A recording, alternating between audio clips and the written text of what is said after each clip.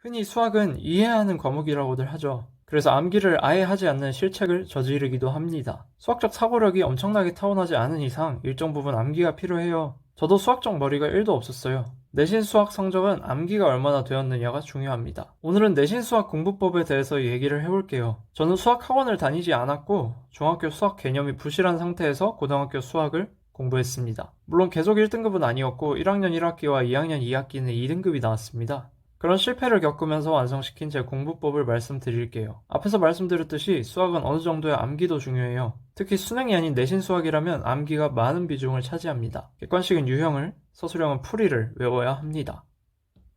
더 구체적으로 말씀드릴게요. 객관식 유형을 외운다는 것은 기계적으로 암기하면서 머리에 쑤셔 넣는 게 아닙니다. 하나의 문제집을 여러 번 풀면서 자연스레 흡수되도록 하는 거예요. 저는 센을 7번 반복해서 풀면서 그 문제집에 있는 모든 유형을 외웠습니다. 내신 수학 시험은 우리에게 익숙한 유형이 대다수예요. 그래서 센에 있는 보편적인 유형들을 전부 외워버리고 실전에서 익숙한 문제들은 고민하지 않고 빠르게 풀어내야 합니다. 그 다음에 남는 시간에 생소한 문제들, 고난도의 문제들을 고민해야 해요. 서술형은 풀이를 외워라. 이건 무슨 말일까요? 풀이 과정을 쓰는 게 익숙하지 않은 학생들은 문제를 보면 어떻게 써야 할지 턱 막힐 때가 있어요. 제가 그랬습니다. 그래서 선생님의 풀이 과정을 베껴 썼어요. 프린트 문제는 다 같이 풀고 선생님께서 풀이를 써주시잖아요. 그걸 베껴 쓰는 겁니다. 어차피 시험에는 다른 문제가 나오는데 베껴 써봐야 의미 없는 것 아닌가? 라고 생각하시는 분들도 계실 거예요. 베껴 쓰는 건 깔끔한 풀이의 메커니즘을 흡수하기 위해서입니다. 베껴 쓰다가 보면 반드시 써야 할 근거는 뭐고 굳이 안 써도 되는 건 뭔지 알 수 있어요.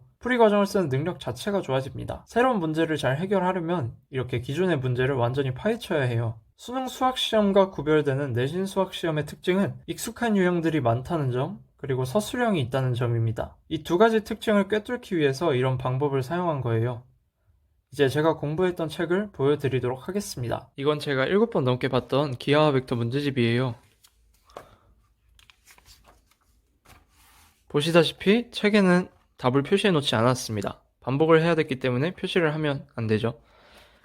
그리고 따로 종이에다가 답을 표시를 한 후에 채점을 하고 틀린 문제가 있다면 이렇게 빨간색으로 표시를 해주었어요. 답은 모르는데 뭘 틀렸는지는 알 수 있죠. 2번 틀렸다면 이렇게 2번 체크를 해줍니다. 오답이 꽤 있죠. 그런데 저는 처음 틀렸을 때 많이 틀린 거는 별로 신경 쓰지 않았어요.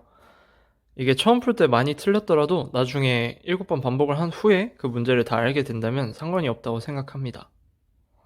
이건 학교 수업 시간에 썼던 프린트예요. 보시다시피 이렇게 문제 몇 개에는 별표를 쳐놨죠. 이 별표 친 문제들에 한해서 3번에서 5번 정도 반복을 해주었습니다. 반복을 할 때는 그냥 푸는 걸 넘어서서 이 풀이 전체를 3번 그냥 온전히 반복해서 썼어요. 특히 이런 증명 같은 거는 서술형으로 통으로 쓰라 나왔을 때 헷갈리면 답이 없기 때문에 3번을 넘어서서 그냥 기억이 날 때까지 계속 반복해서 써주었습니다. 네, 오늘은 여기까지 말씀드리겠습니다. 하나 주의하실 점은 이건 내신 수학 공부법이지 수능 수학 공부법이 아니라는 점입니다. 수능은 모의고사와 수능 기출문제 분석이 필수예요. 수능 공부하시는데 이거 따라 적고 계시고 그러면 안 됩니다. 오늘 영상을 보는데 쓰신 시간이 아깝지 않으셨다면 구독 한 번씩만 눌러주세요. 저는 더 유익한 영상으로 돌아오도록 하겠습니다. 감사합니다.